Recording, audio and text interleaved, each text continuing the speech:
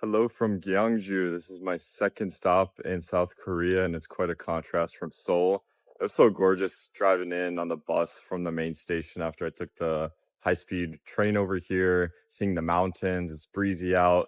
And the place I'm staying at is actually right next to these ancient tombs, which is one of the main draws of Gyeongju. These were actually built over 1500 years ago in the 5th and 6th centuries by the Silla dynasty. And these massive mounds, yeah, they're tombs that were built for royalty back in the day. So I'm gonna spend some more time exploring them a bit later. But right off the bat, I'm honestly impressed by the scale. Because when I was watching videos before coming here, I didn't realize just how big they are. Huge and very steep. I'm impressed. So I'm excited to do some more exploration. And just an initial thought I have looking at the scale of it, looking at these tombs has me reflecting on how throughout history you see these civilizations such as ancient Egypt or here in Korea that have prioritized care for royalty or loved ones transitioning to the afterlife. And even today, right, through cemeteries.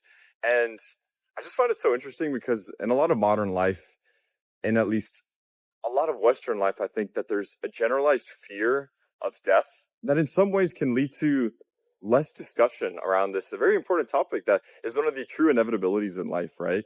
That eventually death will find us all. And it's a hard topic to discuss. And I think it's normal to have fear and anxiety over the uncertainty of it all.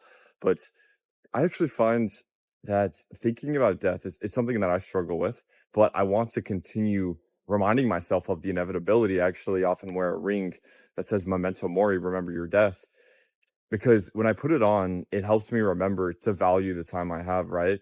If you think about life as a timeline, it's easy to think about the beginning when we're born and the end sometime in the future, right? Like when we're 70, 80, 90 years old. But really, the end is today. And everything beyond today is a bonus because tomorrow is non guaranteed. And so by thinking about death and being aware and accepting the reality of it, it helps us better value today. Because otherwise, if you're not thinking about it, it can be easy to just let the days pass on and on and on. And next thing you know, right, your life has passed you by.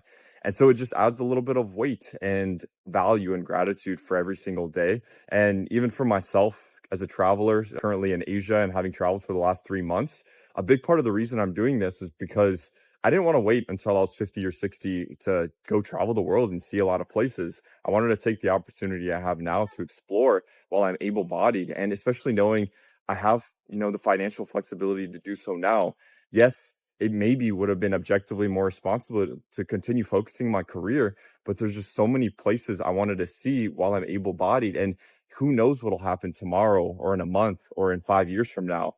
And so, all that to say that reminding ourselves of the inevitability of the end of our days, it's not something that should be morbid, but rather can encourage us to better value the moments we have today. So, funny little way, to start off this vlog is talking about a very heavy subject. And I'm sure I'll have more reflections as I walk around these areas later. But yeah, I wanted to bring that up in an encouraging way to think about it in a positive light so that we can really value today and every day.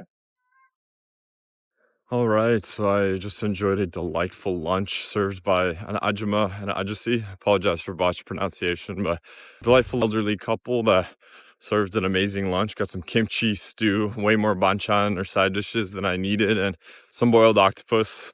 I love my boiled octopus. Probably not for everyone, but I thoroughly enjoy it. And I went over to the information center that talks a little bit more about these tombs, and it was pretty cool. One of them was excavated, has some complicated history due to Japanese colonialism.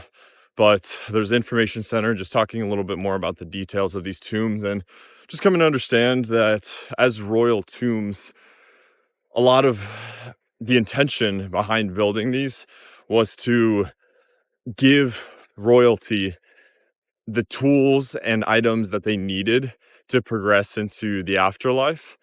And it's just incredible to think about the level of effort that it took in engineering and mathematics and physics in order to build this. And granted, I mean, it wasn't that long ago, it's 1500 years, but it's just so fascinating to think about in the context of the afterlife and how it's treated across different civilizations around the world. Like around similar times, you can even think about in Central America, the Aztecs and the Mayans had very similar practice of of burying their dead with various belongings to help them transition to the afterlife. And you see that all over the world. So it's just interesting to see that commonality. But yeah, can never take for granted the how advanced different societies are, even though, 1500 years ago, it's not really that long, I mean, granted, like, the Roman Empire is around 2000 years ago, but I digress. Yeah, it's just fascinating to know the prioritization of caring for and thinking about death and the transition into the afterlife. Is something that we can't quite understand in this life, but it's just interesting seeing common perspectives across different civilizations throughout history. I started my day popping into this Yungang market and went into a little restaurant, got a soup dish and a ton of banchan. I just love the side dishes. They're so fresh and tasty and all the different kimchis. And it's just so fun, honestly, using Papago to translate what I'm getting, but not really having a great idea of what it is, but knowing that because it's Korean food, it's probably going to be tasty. So I've just been enjoying that, just kind of taking whatever I'm served and enjoying it and trying different dishes, especially in markets like this. It's extremely good value and it's very tasty. So leaving with a very satisfied belly. I've got to say, I'm really glad that I got a chance to come here. I did love Seoul. It's amazing, but I don't think exclusively going to Seoul and also after this, I'm going to Busan. I don't think going to big cities alone will give me a real sense of Korean culture. And the other thing I really liked about that restaurant just now that I went to in the market is there's this big group of older folk that were probably in their late 60s, maybe 70s, maybe 80s, but they were so lively and they were just enjoying food together. And I could feel the energy across the table. And that's why I wanted to come to places like this amongst, experiencing the ancient history, knowing this was the ancient capital. It's considered an open air museum walking around the town, the beautiful rooftops of the Hanok style houses and these ancient tombs behind me. It's really cool to understand the history, but also to go to a smaller town where it's just cozy, it's quaint. There's beautiful mountains in the background. The weather's amazing right now. It's really pleasant to just walk around. So it's nice to get a balance to not just go to the big city in Seoul and then in Busan, but to go to a smaller place like this and also slow down for a few nights before continuing my travels. And I have to say, yesterday, when I was walking around at night, walking around these tombs, these mounds, and then going to the pond, going over to the bridge. For one, the reconstruction of some of those ancient buildings and the bridge is just absolutely stunning. And it's so cool to get a sense of that history. But walking around at night, it was otherworldly, honestly, especially being near the tombs. It was so unique because it everything was lit up and it's just ominous. It's almost like you're on another planet and it's so different from other places I've been. So I'm really enjoying it. This is a really nice place and it's a cool stop to add into my Korea itinerary. And then last thing I'll say, walking around those areas, the architecture is so impressive. So I do understand that they're reconstructions, but just thinking back to, like the Shilla Kingdom, the 6th, 7th, 8th, 9th century, etc., the fact that they built these amazing structures at the time, it just goes to show how important this kingdom was for uniting Korea at the time and for it just goes to show, the power of this dynasty and how they united Korea and the impact that they've left on the country today, right? And a lot of the Confucian principles that they enforced at the time. And so it's cool to get a sense of that. And yeah, all that to say, I'm just appreciating my time here so far. Oh, see, this is what I mean. It is just such a beautiful vibe here. There's all these flowers around this park, all the Hanok style buildings. It's a beautiful day out here. We're just walking around, smiling. The weather's perfect. Cannot say enough about the weather, especially it just makes such a difference on your mood, when it's not super hot, draining your energy, and you're in such a peaceful place like this. Just feeling a lot of gratitude, taking it in, trying to walk a little bit slower, appreciating all the details. It's easy to do when you're in a beautiful place like this, but trying to also train myself so that I can be extra present in moments like this, so then I can bring that into my regular life when everything isn't quite as oriented around peacefulness. Oh, wow. It's stunning. So beautiful. The mountains too, man. All right. As my time here in the wonderful Gyeongju comes to a close, just want to share a couple final thoughts on my time here and just in general.